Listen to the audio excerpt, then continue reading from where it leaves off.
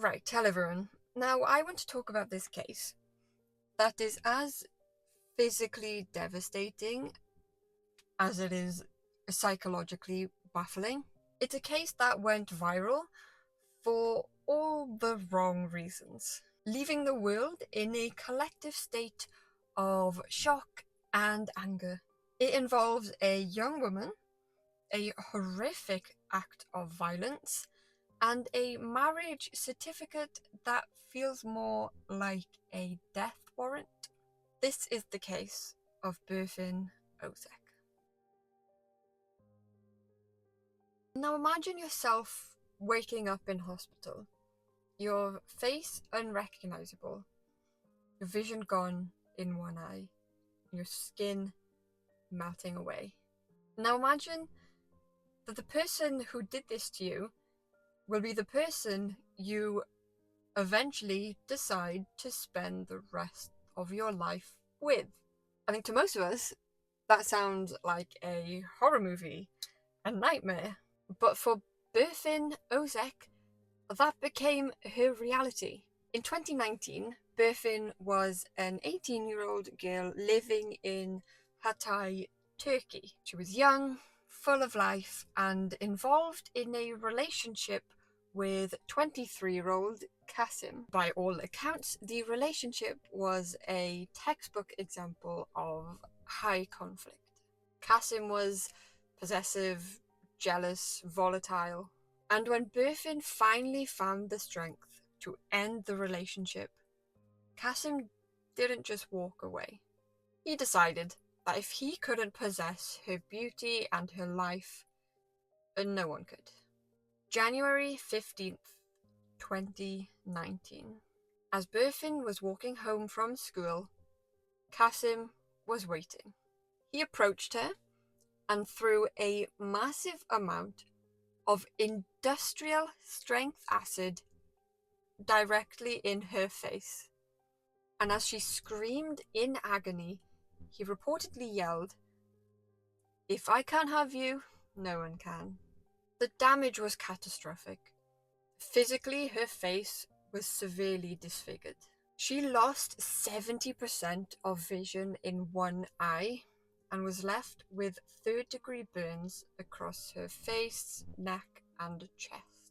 She spent months in hospital undergoing agonizing skin grafts and reconstructive surgeries. Her life as a normal teenager was over in seconds. Kasim was arrested and charged. Initially, the public expected a sentence of attempted murder. However, the Turkish court sentenced him to 13 years and 6 months for willful injury. Many felt like this was a massive slap in the face to Berfin. Now, while Kasim was in his cell, he didn't stop his obsession. He began a love-bombing campaign from prison. He sent Berfin hundreds of letters, cried on paper, begged for forgiveness, swore he had changed, and said that she was the only one who could help him. Now, shockingly, in April 2020, Berfin actually withdrew her complaint against him, saying that she loved him, although she later reinstated it under public pressure. But the emotional damage was done. One of the most infuriating parts of this case is how the system opened the door for him. Despite a 13-year sentence, Kasim was released on probation in late 2021, serving barely 2 years of his sentence. This was due to a combination of COVID-19 pandemic release laws in Turkey and changes in the judicial regulations that allowed certain offenders to be moved to open prisons or released early to reduce overcrowding. The man who melted a woman's face is now back on the streets while she is still recovering from surgeries. Within weeks of his release, Kasim proposed, And on December 11th, 2021, Berfin married her attacker. The photos are haunting. Her face clearly showing the scars from the acid, smiling next to the man who threw it. But her father was devastated, telling the press that he had disowned her. He said, "I fought for her for years, but she chose her tormentor." Predictably, the fairy tale was a lie.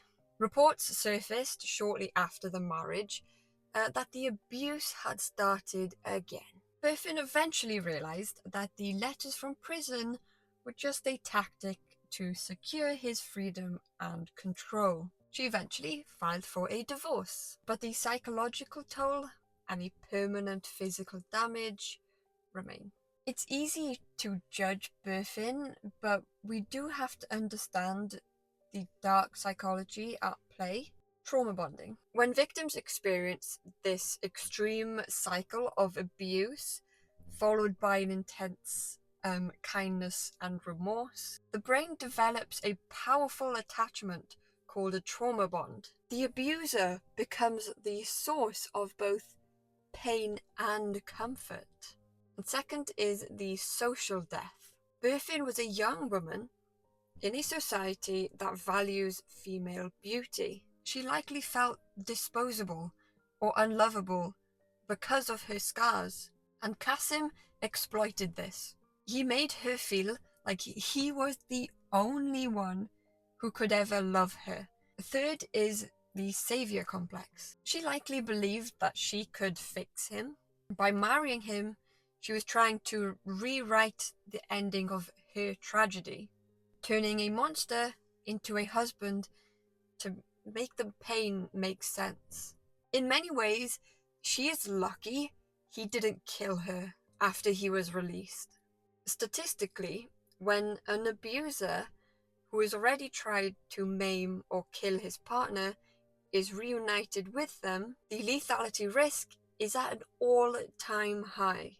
This case is a textbook example of a systemic failure.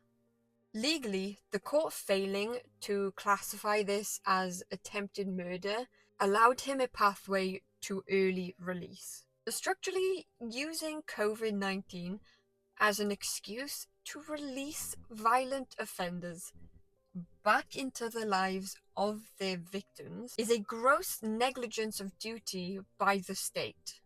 And socially, there was a lack of long-term support for Berfin. She was left to process the trauma of a lifetime while being hounded by letters from this master manipulator.